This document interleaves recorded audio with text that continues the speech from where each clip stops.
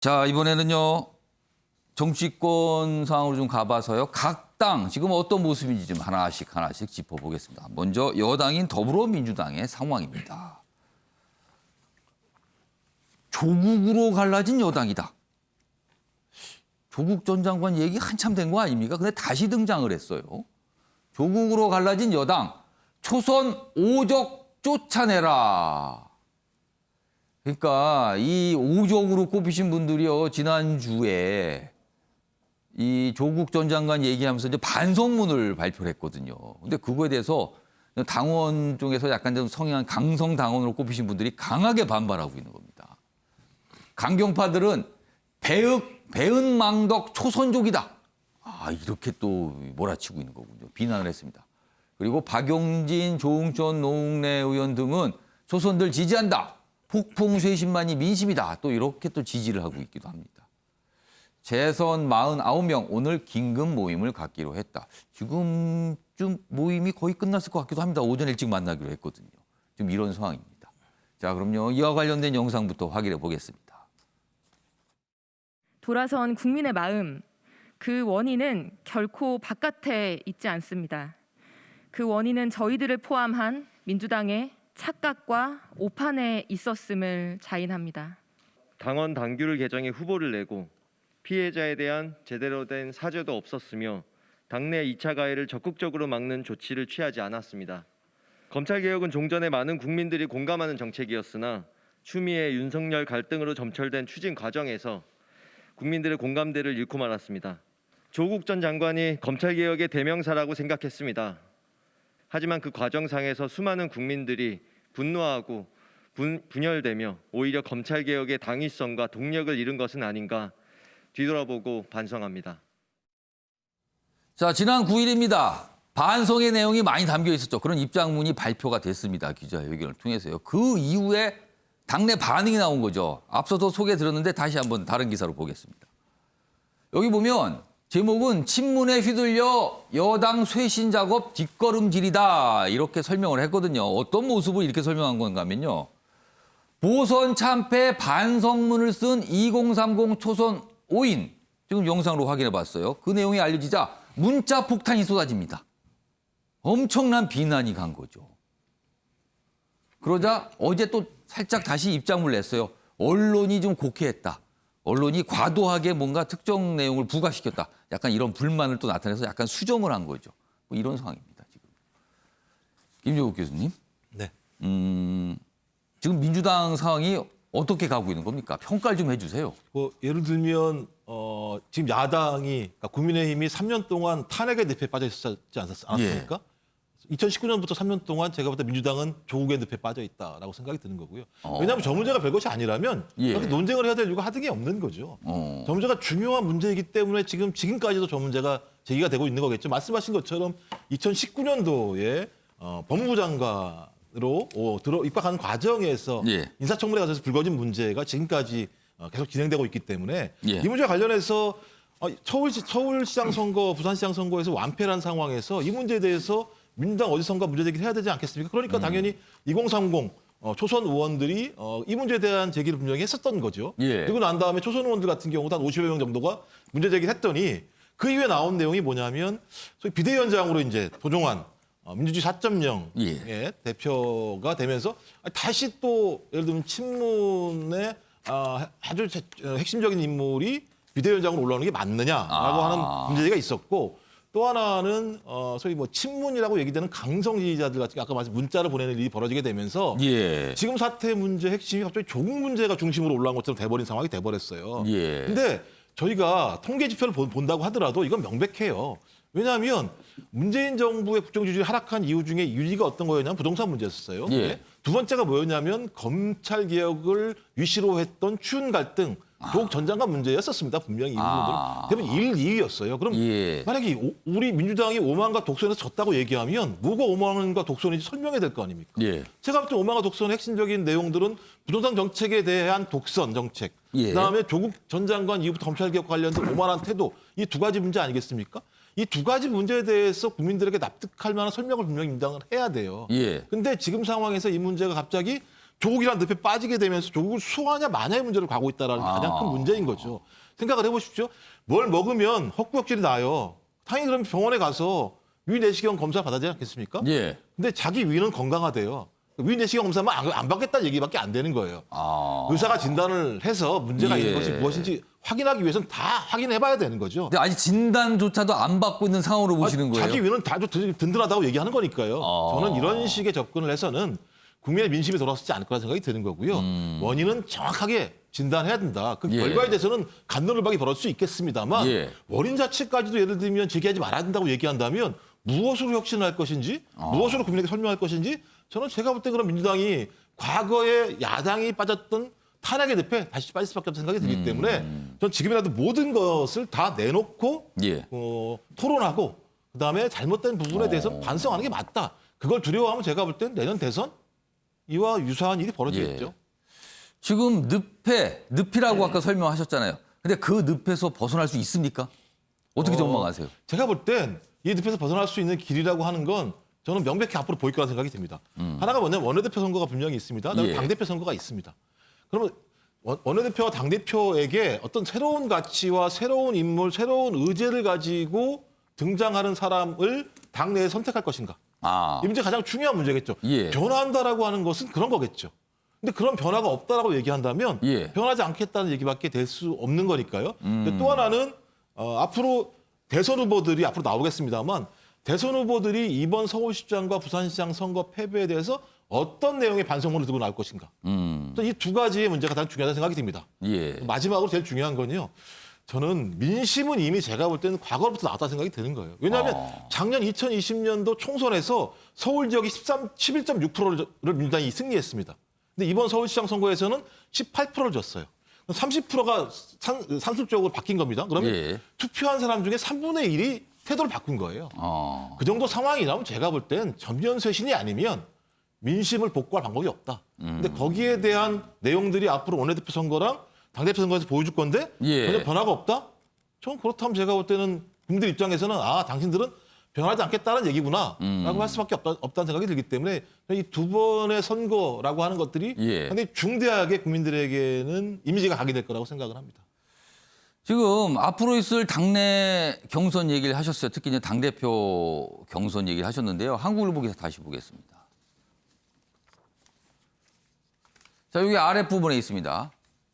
그러니까 다음 지도부잖아요. 최고위원 선출 방식도 친문 압박에 비대위가 중앙위원회가 아닌 전당대회에서 뽑기로. 이게 좀 복잡하죠. 뭐 비대위, 중앙위원회, 전당대회 이렇게 나오는데 뭔가 각각에 다 어떤 의미가 있는데 뭔가 중간에 바꿨어요. 선출 방식을. 원래는 이 중앙위원회라는 곳에서 뽑기로 했는데 이거를 전당대회를 열어서 당원들이 뽑기로 했다. 근데 이게 친문의 압박이었다. 이런 평가가 나오거든요. 이와 관련돼서요. 뭐 어제 설명이 좀 있었는데요. 들어보겠습니다. 오늘 비대위는 최고위원 선출 방법에 대해서 수정 의결을 하였습니다. 기존의 중앙위원회에서 선출하기 위한 의결 사항을 5월 2일에 있을 임시 전당대회에서 최고위원을 선출하기로 수정 의결했다라는 말씀을 드리고 차기 당무위원회에 안건을 부여해서 최종 의결하기로 하였습니다. 아무튼 지금 당내 상황이 좀 그렇게 가고 있어요. 자, 이런 과정에 아까 2030 초선 의원들 얘기 나왔잖아요. 처음에 뭔가 반성문을 발표했고요. 그 내용에 대한 반발이 있었고 약간의 어떤 추가적인 뭐 수정이랄까요? 좀 해명이 있었고 뭐 이런 상황입니다. 이런 기사도 오늘 있습니다. 보겠습니다. 그때 무공천했다면 어땠을까? 대선 걱정이 부른 여당의 자문. 그러니까 재보궐선거에 아예 후보를 안 냈다라면 사실은 원인 제공 정당이었잖아요. 원래 규정대로라면 내지 말아야 되는데 그 규정을 바꿔가면서 낸 거거든요. 그러니까 지금 뒤늦은 후회하는 목소리가 있다는 겁니다. 그렇다면 만약에 공천 안 했다면 참패는 면하고 야권은 오히려 뭐 단일화를 놓고 분열할 수도 있었다. 뭐 이런 뒤늦은 계산을 하고 있는 겁니다. 민심 이탈, 최소화 등 추측, 늦은 후회에 보약이 됐습니다. 뭐 이렇게 또 위안을 삼는 이런 목소리도 있다고 합니다. 그런데요. 이런 기사가 연관이 좀 될 수 있는데 앞서서 2030 초선 의원들의 어떤 반성문 소개했는데요. 사실은요. 그분들이요. 과거에는 그런 목소리 안 냈습니다. 다른 얘기했거든요. 영상으로 확인해 보겠습니다. 형법상 사자 명예훼손에 해당할 수 있는 내용을 주장하고자 할 때는 상임위장 안에서 면책특권에 기대어 무책임하게 주장을 하기보다는 면책특권을 내려놓고 정론관 기자회견장에 가서 그 사실을 주장하는 것이 책임 있는 태도라고 생각합니다. 모든 학부모들이 이제 그 관행적으로 해온 그런 행위들을 너무 지나치게 부풀려서 그렇게 보도되는 것에 대해 물론 허물이 있을 수 있습니다. 하지만 작은 허물조차 너무도 침소봉대하게 이제 거대하게 부풀려서 국민에게 그렇게 많은 불신과 그런 의혹과 그걸 심어주는 모습이 너무 두렵다고 해야 할까요? 그런 검찰 권력이 얼마나 두려운 것인지. 이렇게 이제 장 의원 같은 경우처럼 이번에 추 장관 아들 서 씨의 어떤 군 복무 관련, 휴가 관련 어떤 특혜 의혹 관련해서 이렇게 너무 옹호하는 거 아니냐, 호위하고 있는 거 아니냐 이런 비판도 있긴 합니다. 모든 군대 갔다 온 이 정말 육군 병장들은 다 아시는 걸 겁니다. 그렇기 때문에 뭐 저는 뭐 보호하거나 이런 과정은 없는 것 같고요. 네. 좀 상식적인 상황이 생각으로 좀 접근하시면 더 좋을 것 같습니다. 이걸 너무 지나치게 뭐 거대 권력의 아들 이렇게만 지금 너무 접근하시는 것 같아요. 네. 자, 정철 편집위원. 뭐 반성문의 내용과는 완전히 다르다고까지 할 수는 없지만 분명히 분위기는 확실히 다르거든요. 시간의 차이가 좀 있습니다. 어떻게 들으셨어요? 김종욱 교수님 말씀하셨다시피 조국 전 장관에 대한 통렬한 비판과 반성이 있어야 된다는 것은 예. 2019년도부터 민주당 내부에 있었습니다. 심지어 청와대 핵심 관계자마저 조국 장관에 대해서 굉장히 비판한 목소리를 제가 들었습니다. 예. 왜 그렇습니까? 잘못됐다는 걸 알았습니다. 그런데 그 당시에 말 못했습니다. 왜 그렇습니까? 거대한 권력이 있었기 때문입니다. 대통령이라는 권력이 있었기 때문에. 예. 하지만 지금은 대통령의 지지율이 떨어지면서 권력 공백이 생겼습니다. 그 권력 공백이 생기면서 이번 지방선거에서 민주당이 참패한 겁니다. 그렇기 때문에 지금 이 공백을 사람들이 발견하고 목격하면서 예. 저 초선 의원들이 목소리를 높이기 시작하는 겁니다. 그 공백이 발생하면서 나도 이제 얘기해도 되겠네. 이제 하위 상달의 목소리가 당 내부에서 나오는 것이죠. 예전에는 그냥 상위 하달밖에 없었습니다. 위에서 얘기하면 원팀으로 따라가는 것이었습니다. 예. 진보 정당이라 해도 우리나라 정당 문화가 그렇습니다. 그렇지만 이제는 권력 공백이 생기고 권력의 전이 현상이 생기면서 초선 의원들이 목소리를 높이고 다른 사람들이 다른 목소리를 내기 시작하는 겁니다. 그런데 이 목소리가 언제까지 지속될 건가? 계속 예. 지속될 겁니다. 그런데 언제 멈출 것인가? 미래 권력이 확정될 때 멈출 겁니다.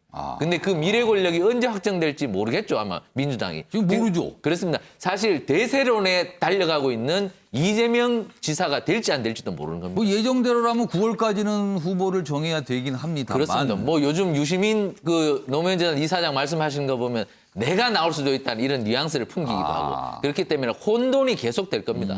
그러니까 이 권력 공백 상태가 계속되는 한 민주당은 계속 많은 목소리와 다른 목소리가 나올 것이다. 어차피 지금 가을까지는 혼돈의 목소리가 계속될 것인데 이 과정에서 민주당이 새로운 목소리를 내밀어서 반성과 성찰의 기회도 가질 수가 있을 겁니다. 예. 하지만 이 반성과 성찰이 너무 많이 나오다 보면 민주당이 과거에 열린우리당이 그 참여정부 말기에 정동영 후보를 선출하고도 정권 재창출에 실패했을 때처럼 완전히 정말 그야말로 혼돈만 계속하는 그런 지경이 될 수도 있다. 당의 미래 권력이 얼마나 빨리 확정되느냐 여기에 관건이 달려있을 것이다. 저는 이렇게 봅니다. 자, 국민의힘 소속이신 유기찬 변호사. 과거의 국민의힘 모습을 보시는 것 같으세요? 아니면 좀 상황이 좀 다른 것 같으세요? 저는 국회의원 300명씩 뽑는 이유가 예. 역할이 있는 거 아니겠습니까? 초선이라고 저는 뭐 대접받는 시대는 아니라고 봅니다. 저분들의 지금 기자회견에서 하신 말씀들이 언제적 생각인지를 먼저 밝혀야 돼요.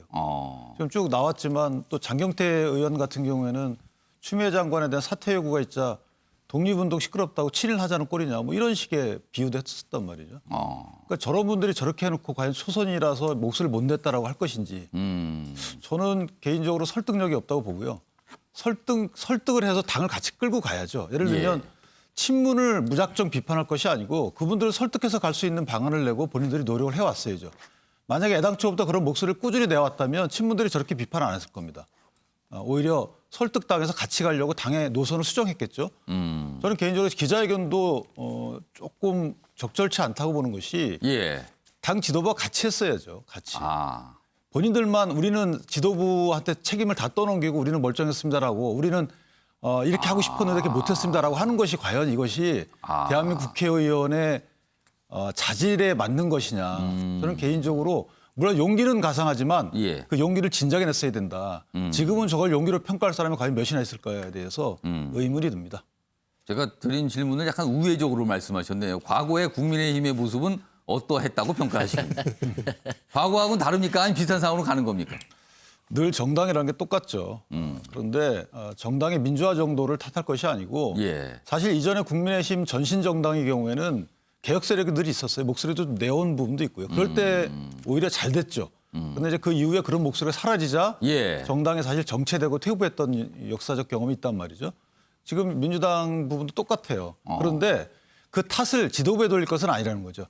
본인의 개혁 세력의 주체가 돼서 언제든지 그런 목소리를 내왔어야지 정당이 정상화되는 것이지 예. 지금 못 해놓고 지금 해가지고 누굴 탓하겠습니까? 저는 그것은 설득력이 없다고 봅니다. 다른 방법을 강구했어야 돼요.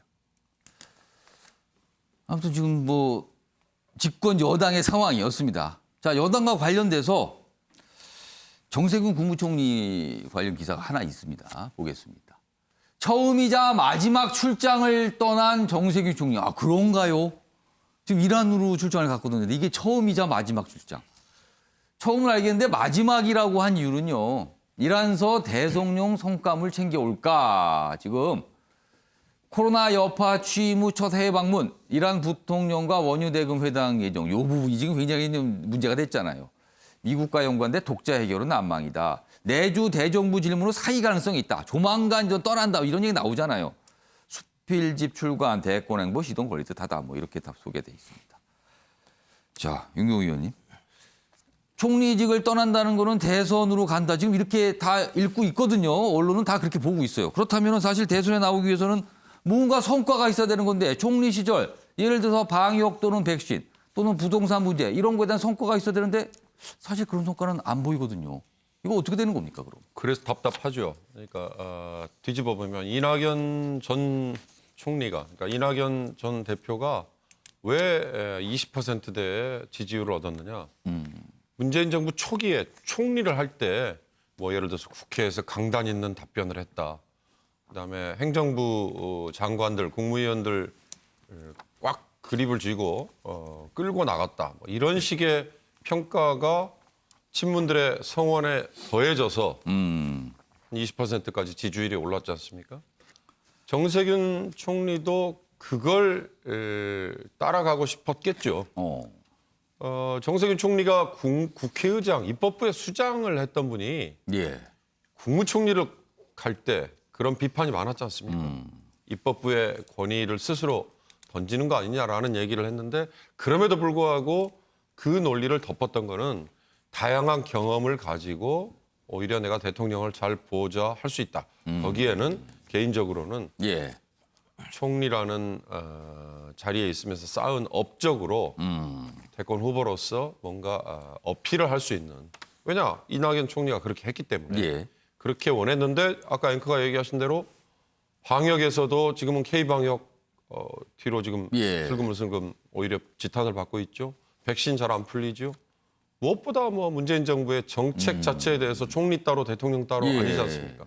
그런 점에서 정세균 총리가 지금 참 답답하죠. 예. 더 핵심은 같은 호남 출신인 이낙연 전 총리와 정세균 전 총리가 둘이 동시에 나오기는 힘들지 않습니까?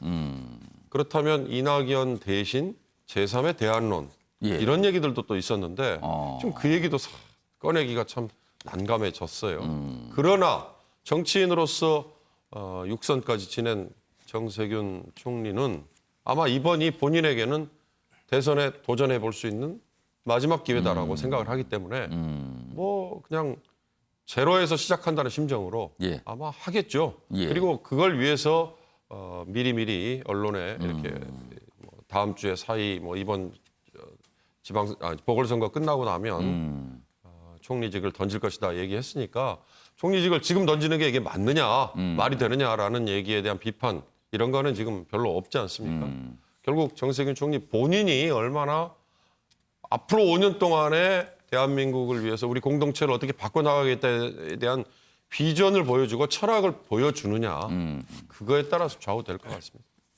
김종혁 교수님, 많은 분들이 정세균 총리라는 질문을 받을 때 이런 말씀하신 분도 있어요. 노란 점퍼부터 떠오른다. 이게 정치인으로서 득입니까? 아니면 그다지 도움이 안 되는 겁니까? 뭐 그 문제를 다 극복해냈다면, 만약에 코로나19 문제가 관해서 성과가 있었다면 상당히 의미가 있는 거죠. 왜냐하면 정치 리더가 정쟁의 공간에 있는 것이 아니라 인생의 문제를 풀려고 노력하는 과정의 성과를 냈다고 얘기한다면 저는 저 노란 점퍼는 오히려 국민들에게 상당히 칭찬받을 색깔이라는 생각이 듭니다만 지금 상황 자체는 뭐 상당히 좀 코로나19가 재확산됐다는 우려도 분명히 있고 또 백신 접종과 관련해서 상당히 수급 논란도 분명히 있기 때문에 저것이 제가 볼 때는 성과로 국민에게 가기는 어려울 거라는 생각이 분명히 드는 거고요. 하여튼 여하간 일부에서는 아마 그런 얘기도 있었어요. 다음도 있을 것 같은데 이런 얘기도 있었어요. 꼭 이번이어야만 하는가라는 얘기. 다음 대선을 말씀하시는 그런 거예요? 얘기도 있었고요. 이제 또 하나는 이제 정세균이라는 개인이 안 보인다는 거죠. 이재명 경기지사와 그 반대편. 이 두 가지 상황에 있기 때문에 소위 개인이 지금 두드러지기 어려운 상황이 분명히 있다. 근데 본인이 아마 하신 얘기에 의하면 상당히 좀 뭐랄까 한국형 제3의 길을 가고 싶다라고 하는 뭐 방명록에다 글을 쓴 거 보니까 그런 게 페이스북에다가 글을 쓴 거 보니까 그런 게 있던 것 같은데요. 그러니까 저는 이건 나름대로 자기의 전략적 방향을 정하신 것 같아요. 근데 핵심은 뭐냐 아까 말씀하셨던 것처럼 호남과 전략적인 민주당 지지층 자체가 이 정세균 총리로 모일 수 있을 것인가라고 하는 근본적인 의문이 있는데요. 그 의문의 핵심은 저도 10%를 돌파해야 돼요. 지지율 10%? 그렇죠. 10% 돌파해야 예를 들면 가능성이 있는 거죠. 또 반대로 정세균 총리는 과거부터 민주당 내부에서 관리형 이미지가 되게 강했어요. 근데 돌파해낼 수 있고 리더라고 하는 가치들을 만들어냈어야 되는데 이런 분이 없었기 때문에 이 두 가지를 빠른 시일 내에 만들어낼 수 있을까? 그리고 지금 민주당이 이렇게 녹록하게 좋은 상황인가? 이런 부분과 관련해서는 본인이 뭐 새로운 항해를 시작하시다 뭐 하겠다고 얘기하니 본인의 능력으로 그 백기를 뚫어 나가야 되겠습니다만 바람이 너무 세고 풍랑이 너무 높습니다. 쉽지 않은 길이라는 생각이 듭니다. 김종욱 교수님께는 약간 의문이다 그 말씀을 이렇게 애둘러서 하신 것 같아요. 지금 뭐가 그만두고 그냥 대선 쪽으로 나오시려고 하는 것 같은데 의문이 든다. 뭐 지켜봐야 된다 이런 말씀이신 것 같습니다. 아무튼 지금 해외 출장 처음이자 마지막 출장을 총리로서 가 있습니다.